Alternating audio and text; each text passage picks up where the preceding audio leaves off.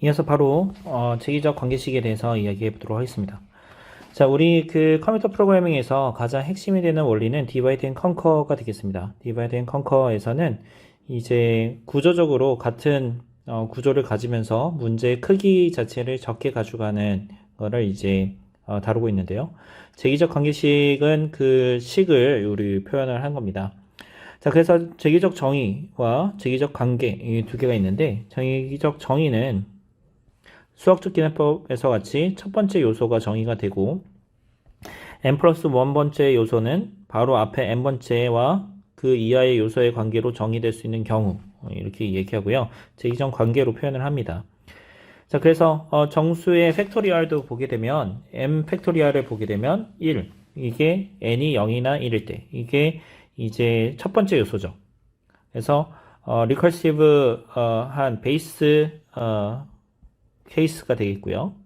그 다음에 다음에는 리커시브한 이거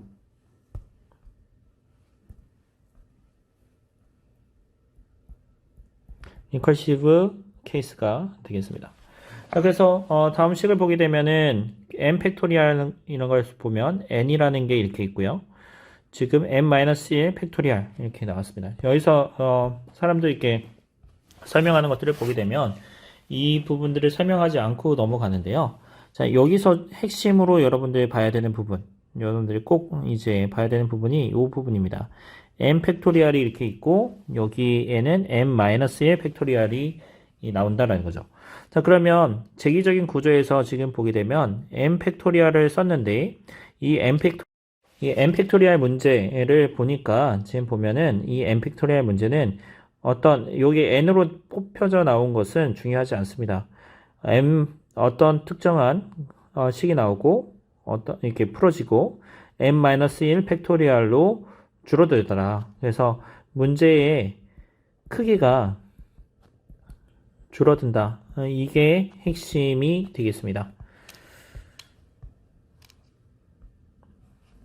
제기적 정의, 리커전이라고 이야기하기도 하는데요. 이제 컴퓨터 프로그래밍에서 가장 많이 사용이 됩니다. 주어진 문제를, 이게 디바이드 앤 컨커죠. 주어진 문제를 원래 문제와 같은 형태, 이게 중요하고요. 더 작은 문제로 분할하는 겁니다. 그래서 분할된 문제의 해를 구한 다음에 최종적으로 이들을 결합해서 주어진 문제의 해를 구하는 것인데요. 자, 그러면 다음과 같이 식이 정의되어 있다고 했을 때 F의 1, F2, F3, F4, F5를 구할 수가 있습니다. 0이 베이스 스텝이 정의되어 있고요. 그 다음에 여기다가 0을 집어넣으면 그러면은 F의 1은 2에 F의 0에 플러스 1 이렇게 되는 거죠. 자, 그래서 구할 수 있습니다. 그래서 식을 대입하면 바로 이렇게 나올 수 있어요. 자, 그래서 제기적 관계에서 나타나는 현상들 이렇게 보게 되면 플렉탈들 지금 보면은 같은 구조들 요 오른쪽만 보더라도 이제 삼각형, 역삼각형이 있는데 다 이제 삼각형 안에 역삼각형을 내접시켜서 삼각형을 내접시켜 가지고 지금 구조를 만들었죠. 그래서 이러한 제기적인 관계는 물리학이나 동력학에서 이제 케오스 이론, 지능 시스템 분야에서 많이 활용되고 있습니다. 팩토리얼에 대해서도 지금 이렇게 얘기를 하고 있죠. 그래서 f의 제로는 1, 베이스 스텝은 1이고, 그 다음에 f의 n 플러스 1은 n 플러스 1 곱하기 fn이다. 이렇게 해서 식을 구할 수 있습니다. 그래서 구하게 되면은 이제 이전 단계에서 구했던 값이 다음 단계에서도 활용될 수 있는 거를 이렇게 볼 수 있습니다. 그래서 큰 문제를 해결하기 위해서는 작은 문제들을 해결하면서 이제 진행하는 것이 되겠죠. 그래서 제기 팩토리얼 구하는 제기 프로그램을 이렇게 했는데, 자, 이 프로그램 여러분들이 참고하시면 되겠습니다. 제가 이따 다시 한번 다시 이쪽으로 와서 이제 설명을 해보도록 하겠습니다. 자, 피보나치 수는 지금 피보 이렇게 보게 되면 f의 0, f의 1 이렇게 있고요. f의 n은 구하려면 f의 n-1 플러스 f의 n-2 이렇게 돼서 피보나치 수를 트리로 설명하면은 다음과 같이 표현할 수 있는데 f의 지금 보게 되면 이게 사실 되게 복잡해지는 거죠. 이게 F의 2를 이렇게 보게 되면은 F의 2는 F의 1 더하기 F의 0 이렇게 됩니다. 자, F의 3을 보면 F의 2 더하기 F의 1 이렇게 되죠. 자, 그러면은 요 구조가 계속 반복됩니다. 네, 그래가지고 지금 보면은 F1, 0, 1 이렇게 되는데 얘를 그냥 리커전으로 구하게 되면 이제 굉장히 성능이 떨어져요. 성능이 떨어져서 우리는 이거를 어떻게 하냐면 다이나믹 프로그래밍이라고 사용하는데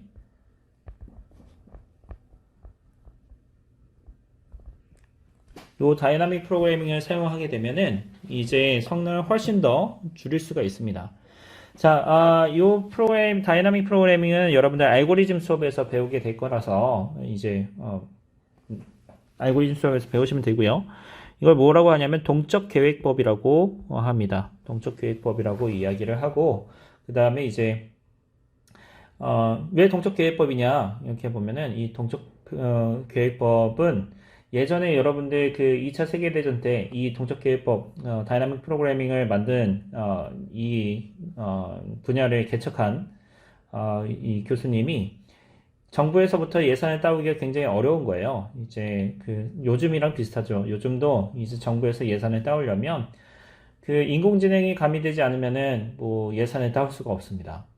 4차 산업혁명이랑 같이 연계되어 있지 않으면 뭐 과제를 딸 수가 없죠. 이제 그러다 보니까 이름을 뭔가 그럴듯하게 만들어 가지고 이제 예산을 따왔는데 이 동적계획법이 거기서 이제 나오게 됩니다. 뭔가 다이나믹 하면은 있어 보이고 그 다음에 그때 당시에 이제 유행을 탔던 게 이제 프로그래밍이다 보니까 이제 그 다이나믹 프로그래밍이라는 이름을 붙여가지고 연구를 진행을 했었고요. 이 동적계획법인데 이 동적계획법을 아주 쉽게 이제 설명을 한다고 한다면 이렇게 할 수 있습니다. 계산된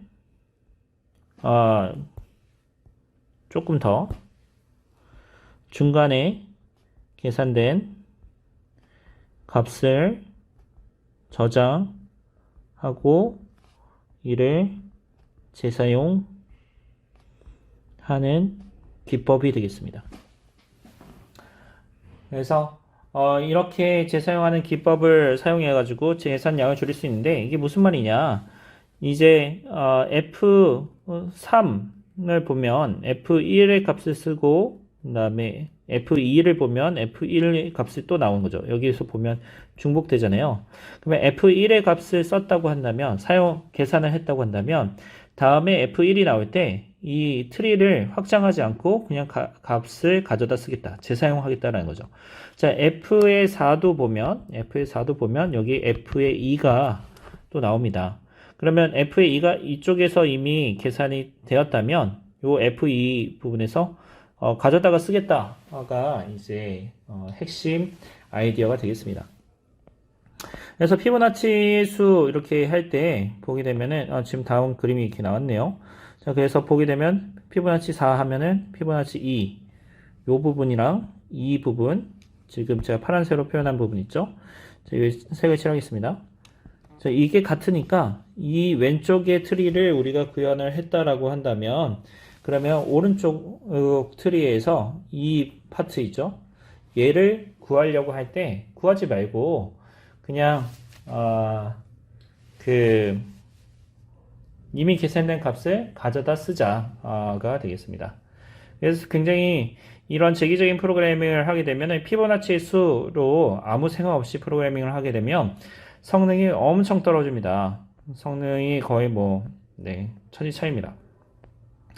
그래서 나중에 알고리즘 수업에서 조금 더 공부하면 되겠어요.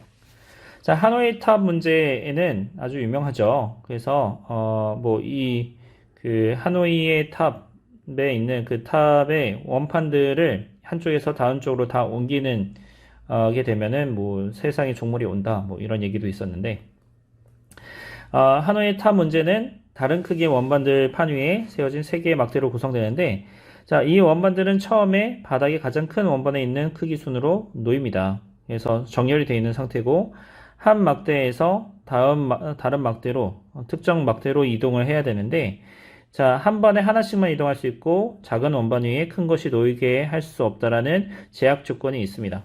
그리고 중간에 막대를 임시적으로 사용할 수 있는데, 위의 규칙들을 이용해서 지켜야 됩니다. 그래서 이거를 하는데, 지금 보면은, 핵심 부분들을 이렇게 보게 되면, 가장 큰 원반이 바닥에 있는 순서, 첫 번째, A에 쌓여있는, 네, A에 쌓여있는 3개 원반을 C 막대로 옮기는 과정을 거치. 그러니까, 이게 뭔 말이에요? 이 밑에 있는 가장 큰 원반 3부터 3, 2, 1 이렇게 올라가 있어야 되고요. 그러면은 이거를 옮기려고 보게 되면은 일단은 1번을 그 다른 쪽에다 C에다 옮기고 그 다음에 두 번째 있는 거를 B로 옮긴 다음에 1번을 다시 B번으로 옮기고 그 다음에 3을 C로 옮기는 과정. 그래서 얘를 계속 반복해 가지고 이제 프로그래밍을 하는데 이 구조를 이렇게 보게 되면은 이제 어떤 법칙이 생겨요. 재기적인 구조로 표현하는 법칙이 생기는데 프로그램 코드를 이렇게 보게 되면 되게 간단합니다. 하노이 타워 이렇게 있고요. 그 다음에 n이 1일 때 원반 1을 C에서 C로 옮긴다. from에서 to로 옮긴다. 그 다음에 하노이 타워 n-1 from to temp from to 뭐 이렇게 해가지고 지금 프로그래밍 합니다. 그래서 이게 하노이 탑을 이렇게 할 수 있는데요. 리커전을 할 때 이제 알고리즘 시간에서 배울 거기 때문에 이제 넘어가는 걸로 하고요. 자, 일단은 여기서부터 이제 다시 앞으로 돌아와서 우리 프로그래밍 쪽에서의 그 재기적인 리커전에 대해서 조금 한번 살펴보도록 하겠습니다. 자, 우리 피보나치 수 이렇게 할 때 우리 그 재기 함수 이렇게 이야기를 하는데요. 이 재기 함수가 어떤 의미를 가지는지 한번 생각해 보죠. 자, 이 재기 함수를 보는데 우리가 지금 보면은 이 그 학생들이 프로그래밍을 할 때 이렇게 보면은 C, C++ 이렇게 보면 C 하면 포인터에서 한번 막히고요. 그 다음에 리컬전에서 한번 막힙니다. C++ 하면은 이제 생성자 이제 클래스에서 한번 또 막히죠. 자, 이 포인터를 이렇게 보게 되면은요, 이제 우리가 지금 해야 되는 부분이 이 부분이죠. 이 포인터, 죄송합니다. 포인터 아니라 리커전이죠. 자, 리커전을 보는데 이 리커전이 사실상 어려운 이유가 뭐냐면 자기 자신을 계속 호출해줘요. 자기 자신을 호출해주고 그 다음에 문제의 크기를 줄여나간다. 근데 이 프로그램을 한번 잘못하게 되면은 무한 루프에 빠지니까 이제 참 어렵죠. 자, 여기서 이렇게 보게 되면은 여러분들이 그 식을 이렇게 좀 생각해 보면은요, 우리 리커전 푸는 거 보면은 다 식을 풀어 해칠 수가 있잖아요. 이 피보나치 수 구하는 프로그램도 보면 f의 n은 f의 n-1 더하기 f의 n-2다. 자, 그러면 f의 n-1은 어떻게 되나요? f의 n-2 더하기 f의 n-3 더하기 f의 n-2 이 형태대로 해서 계속 확장되어 나갈 수 있는 거죠. 자, 그러면 이렇게 우리가 지금 보면 식을 풀었어요. 자, 중요한 거. 자, 중요한 개념입니다. 식을 풀어서 썼다라는 겁니다. 요게 지금 제가 얘기했을 때 가장 중요한 개념입니다. 우리가 보면 리커전을 할 때 리커전을 한다는 말은 식을 풀어서 쓴다. 이렇게 이야기하면 되겠습니다. 식을 풀어서 쓴다. 자, 이 식을 풀어서 쓴다라는 게 무슨 말이냐? 우리 함수를 보게 되면 이 피보나치 수 이렇게 보죠. else return 이렇게 돼 있고 피보 n-1 플러스 피보 n-2 이렇게 돼 있죠. 자, 이 함수를 호출되면 우리 함수 호출을 생각해 보면 여러분들 C 프로그램을 들었다고 가정했을 때 스택에다가 여기 메모리 구조를 여기다 딱 집어넣어요. 무슨 말이냐? 이 피보나치 함수가 호출되고 난 다음에 그 다음에 이 피보나치 함수가 종료되면 다시 원래 호출됐던 곳으로 다시 돌아와야 되잖아요. 그래서 이 스택에 리커전을 하게 되면 계속 이 메모리 구조가 쌓이는 겁니다. 그러면 이 메모리 구조가 쌓여가지고, 자, 지금 보면은, 다시 얘기하면, 지금 요 함수가 지금 덧셈 이렇게 있잖아요. 이 덧셈은 지금 보면은 이 피보나치 m-1, m-2 함수가, 이 두 개의 함수가 호출이 종료되기 전까지, 종료되기 전까지는 계산되지 않습니다. 계산이 되는 시점은 언제냐? 리턴 되는 시점이에요. 그래서 모든 함수, 제일 밑에까지, 그러니까 트리를 그린다고 했었죠, 아까. 그 트리를 전부 다 풀어 헤친 다음에, 그 풀어 헤치고 난 다음에, 그 다음에 걔를 리턴 하면서 더하기 해서 올라오는 겁니다. 그래서 우리가 지금 프로그래밍을 할 때, 혹은 리커전을 푼다라고 했을 때, 핵심이 되는 게 무엇이냐면, 우리 컴퓨터에서 함수를 호출해주면서 식을 풀어서 쓰는 과정들이 이제 우리가 함수 콜을 해주는 부분이고요. 그다음에 이 함수 콜이 끝나게 되면 그러면 우리 여기서 얘기한 것처럼 종료하면서 이제 더해가면서 이제 프로그래밍을 한다라는 겁니다. 자, 그래서 우리가 지금 보게 되면은 뭐 쉽게 한번 해볼까요? 3팩토리얼 이렇게 한번 해볼까요?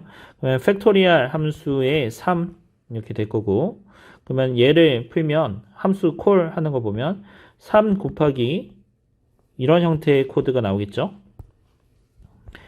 리턴 3 곱하기 팩토리얼의 2 이렇게 될 거고요. 그 다음에 이 팩토리얼 2로 또 보면은 리턴의 3이 아니죠. 2 곱하기 팩토리얼의 1이 될 거고요. 그 다음에 리턴, 지금 보면은 코드 쓰지 않고 그냥 리턴 하는 것만 썼습니다. 1 이렇게 될 거예요. 자, 그러면 우리 이 리턴 1을 만나면 어떻게 되나요? 이쪽으로 돌아오죠. 그러면 여기에 있는 팩토리얼이 1이 됩니다.